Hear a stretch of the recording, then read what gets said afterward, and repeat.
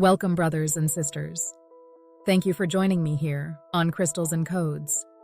Today, we're going to explore a profoundly evocative and meaningful passage from The Law of One, a series of channeled transmissions between a researcher named Don Elkins and a collective consciousness that identifies itself simply as Ra. This particular passage uses a surprisingly simple metaphor to answer one of the deepest questions we ask as human beings. Why are we here? Why do we forget who we are when we incarnate? And how do we actually win at this game of life? The answer, it turns out, is hiding in a deck of cards. Let's read the passage together first, and then we'll unpack it. Ra. Let us give the example of the man who sees all the poker hands. He then knows the game. It is but child's play to gamble, for it is no risk. The other hands are known. The possibilities are known, and the hand will be played correctly, but with no interest. In time, space, and in the true color green density, the hands of all are open to the eye. The thoughts, the feelings, the troubles, all these may be seen. There is no deception and no desire for deception. Thus much may be accomplished in harmony, but the mind, body, spirit gains little polarity from this interaction. Let us re-examine this metaphor and multiply it into the longest poker game you can imagine, a lifetime. The cards are love, dislike, limitation, unhappiness, pleasure, etc. They are dealt and redealt continuously. You may, during this incarnation, begin, and we stress begin, to know your own cards. You may begin to find the love within you. You may begin to balance your pleasure, your limitations, etc. However, your only indication of other selves' cards is to look into the eyes. You cannot remember your hand, their hands, perhaps even the rules of this game. This game can only be won by those who lose their cards in the melting influence of love. Can only be won by those who lay their pleasures, their limitations, their all upon the table face up and say inwardly, all of you players, each other self, whatever your hand, I love you. This is the game. To know, to accept, to forgive, to balance, and to open the self in love. This cannot be done without the forgetting, for it would carry no weight in the life of the mind, body, spirit, beingness, totality. Let's sit with that for a moment. Ra is being asked a question that so many of us wrestle with.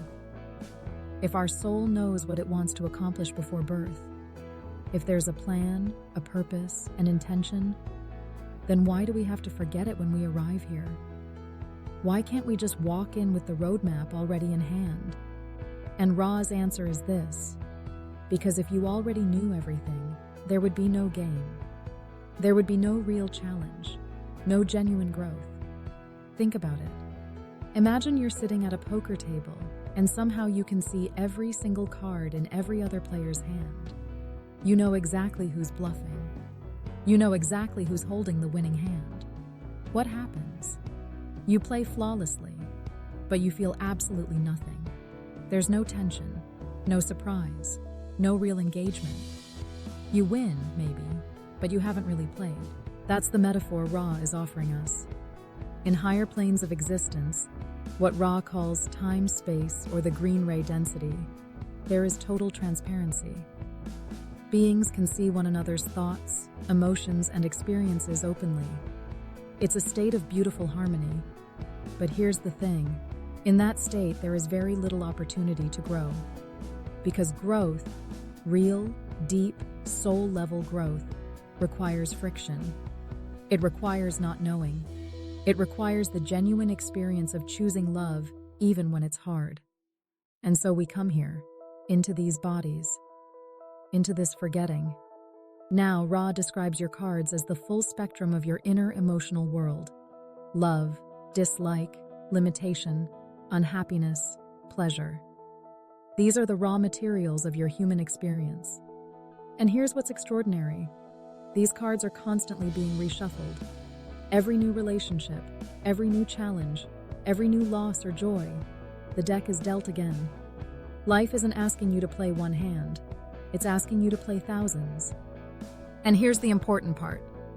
Ra says that during this lifetime, you can begin, and they really emphasize that word, begin, to know your own cards. Through inner work, through stillness, through therapy, shadow work, meditation, honest self-reflection, whatever path resonates with you, you can start to understand what you're actually holding. You can begin to see where your love lives and where your fear hides, where your joy is authentic and where your limitations have been running the show without your awareness. That is the spiritual work of a lifetime, and it is deeply courageous work. Now, what about the other people at the table?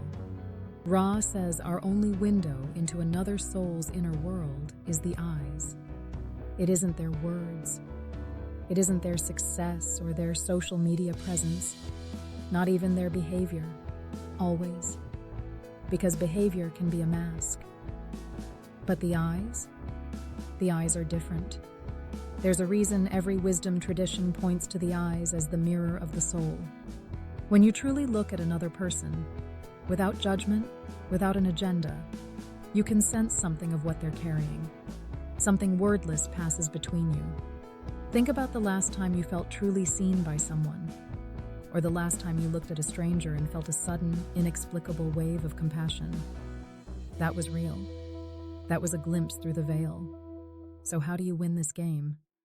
Ra's answer is as simple as it is profound, and I want you to really hear it. You win by laying everything on the table, face up. Your pleasures, your limitations, your insecurities, your love, and saying from the deepest place within you, whatever hand you're holding, I love you.